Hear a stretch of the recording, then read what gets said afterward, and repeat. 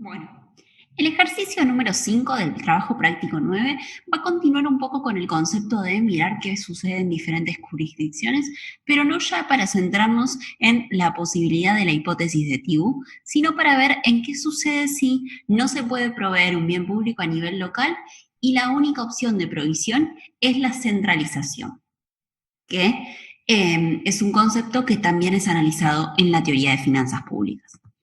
El ejercicio nos plantea lo siguiente, nos dice dos jurisdicciones locales A y B con residentes idénticos dentro de cada jurisdicción, pero diferentes entre jurisdicciones, donde las funciones de utilidad vienen dadas por las que están aquí descritas, ¿sí? en la función de utilidad de los individuos que viven en A.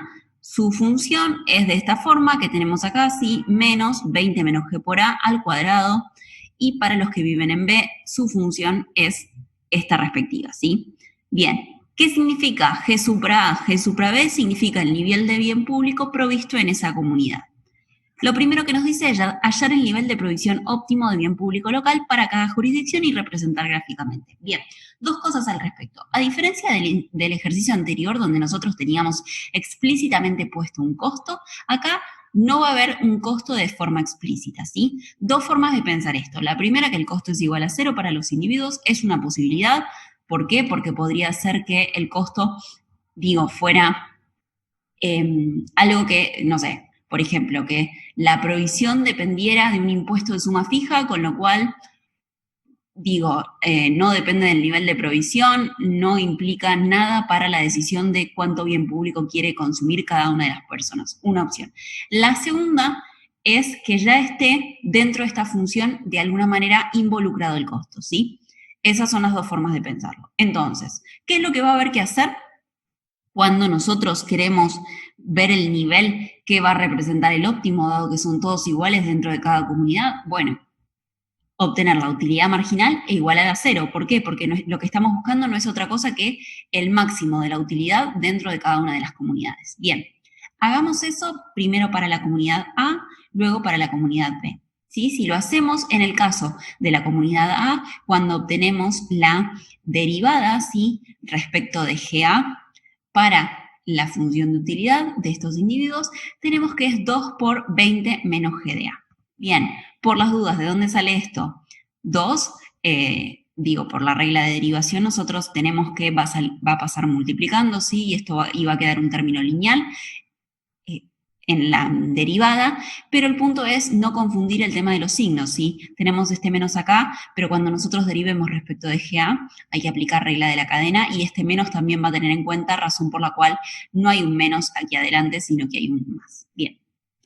Ok, y esto de vuelta es igual a 0 para obtener el máximo de la función. Entonces, naturalmente, si ustedes hacen las cuentas, van a llegar a que en el óptimo GDA debería ser de 10, ¿sí? De 20, perdón. Ahí está en blanco, disculpen, ahí lo puse en rojo. Ok. ¿Qué pasa en la comunidad B? Bueno, hay que hacer exactamente lo mismo, pero donde tenemos acá un 20, ¿sí? Si nosotros vamos para atrás en nuestra función, vemos que donde hay un 20 pasa a haber un 10, por ende, cuando lleguemos al resultado, vamos a obtener que el nivel óptimo es de 10, ¿sí? Acá es claro que podemos operar, pero también como este 2, al pasarlo multiplicando se va, es claro que para estos que sea igual a 0, 20 debe ser igual a GDA, ¿sí? Bien. Ok. Vamos a ahora graficar, ¿sí? De vuelta, tendríamos que probar condiciones de segundo orden, además de las de primer orden, sí, pero dado que hacemos el gráfico, podemos estar seguros de que vamos a estar en un máximo, dado lo que vemos gráficamente, ¿sí? Que es lo siguiente.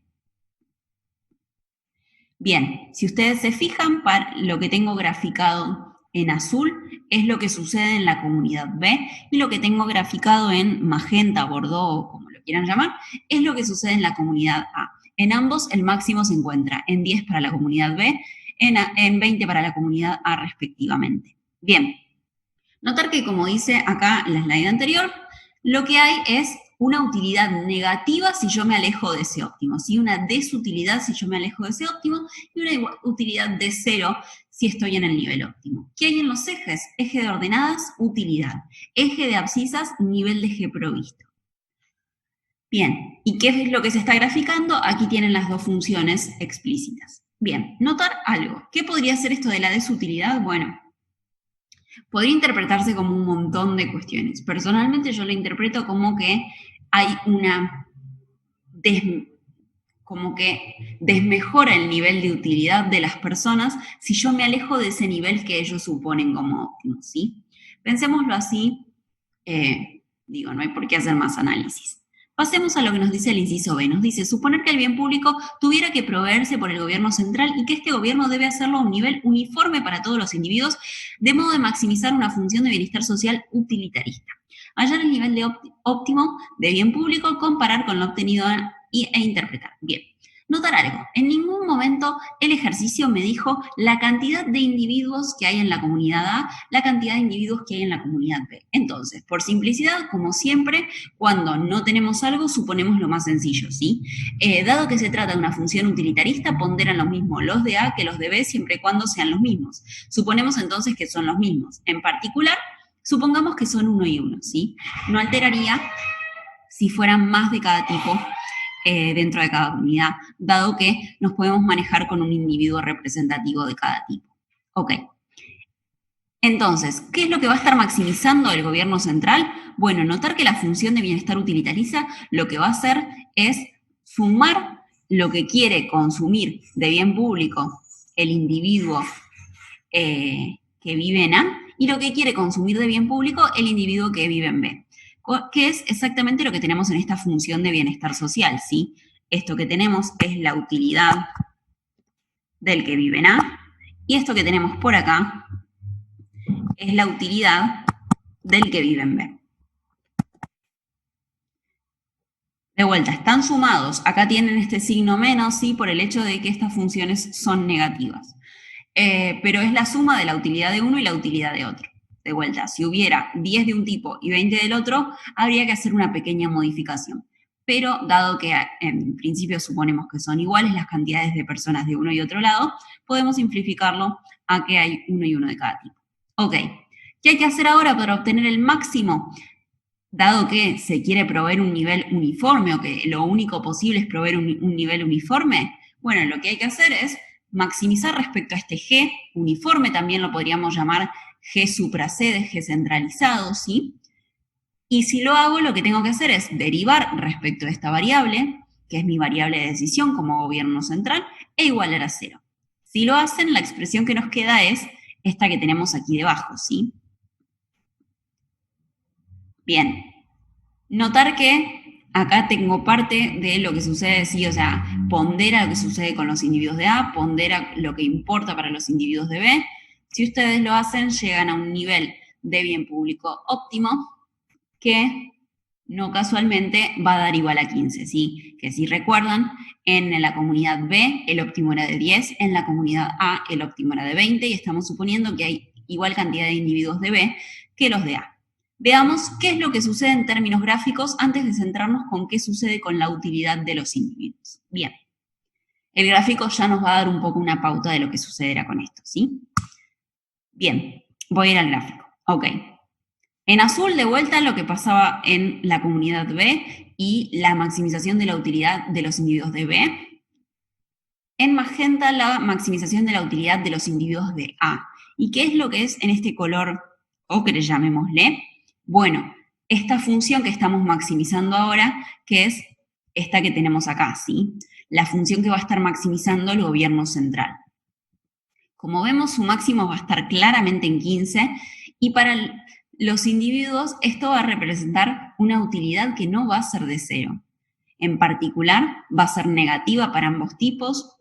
¿Qué tan negativa? Va a ser igual, ahora vamos a hacer las cuentas, pero van a estar peor que cuando cada comunidad podía proveer el bien público de forma individual. Bien, veamos de cuánto será el bienestar social. Bien, ¿qué es lo que tenemos que hacer en nuestra función de bienestar social, que estaba acá definida? Reemplazar donde dice G por el nivel de G obtenido si el bien es provisto por el gobierno central. Si lo hacen, les queda menos 20 menos 15 al cuadrado, menos 10 menos 15 al cuadrado.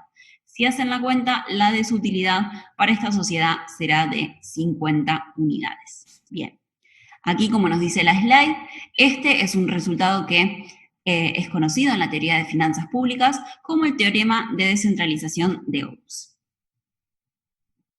que nos dice que al tener el gobierno esta restricción de tener que proveer un nivel uniforme de bien público, naturalmente va a haber una pérdida de bienestar si yo lo comparo con la situación de descentralización. Pero bien, uno podría decir, bueno, ¿es grande esta pérdida de 50 en el bienestar social? ¿Es chico? Bueno, en principio están peor que antes. ¿Pero podrían estar peor? Bueno, a eso apunta un poco el inciso C. ¿Qué nos dice el inciso C? Comentar la diferencia entre los dos esquemas, centralizado y descentralizado, si las utilidades fueran las que aquí se nos pone. Bien, antes de realizar cualquier cuenta, sí que no las vamos a hacer en detalle, notar que claramente el óptimo acá para la comunidad A va a ser de 25, el óptimo en B va a ser de 5. Bien, si alguno no se convenció de esto, de vuelta haga todo el procedimiento como hicimos en el inciso A y va a ver que llega a esos resultados, ¿sí? Bueno, ¿qué es lo que va a suceder acá? Si se fijan, antes nos daban 10 y 20 y el nivel centralizado, dado que había igual cantidad de gente en las dos jurisdicciones, o eso suponíamos, nos daba 15. Nosotros ahora tenemos 5 y 25. Vemos que están más lejos. Entonces, ¿qué es lo que va a pasar si yo tomo la maximización de bienestar social? Bueno, voy a tener una expresión como esta, pero en vez de tener acá 20 voy a tener 25 y acá en vez de tener 10 voy a tener 5, pero si ustedes hacen las cuentas van a llegar a exactamente el mismo resultado que antes, y este punto intermedio de 15 unidades como lo óptimo cuando lo provee el Estado central, ¿sí? Pero ¿qué es lo que va a suceder ahora? Ahora las diferencias entre jurisdicciones son aún más grandes y si ustedes se fijan en cómo son las funciones de bienestar a nivel individual, si yo me alejo para la comunidad B del 5 a izquierda o a derecha, siempre cae, ¿sí? La utilidad respecto a ese punto, y algo similar sucede en la comunidad A si yo me alejo del punto de 25. En particular, ¿qué es lo que vemos? Que ahora la maximización de bienestar social obtiene un punto que está muy por debajo del menos 50 que obteníamos antes, ¿sí? Ahora el bienestar social va a estar alrededor de menos 200. En realidad no va a estar alrededor, va a ser de menos 200, ¿sí? ¿Cómo nos podemos dar cuenta de esto? Bueno, claramente con la expresión que tenemos acá.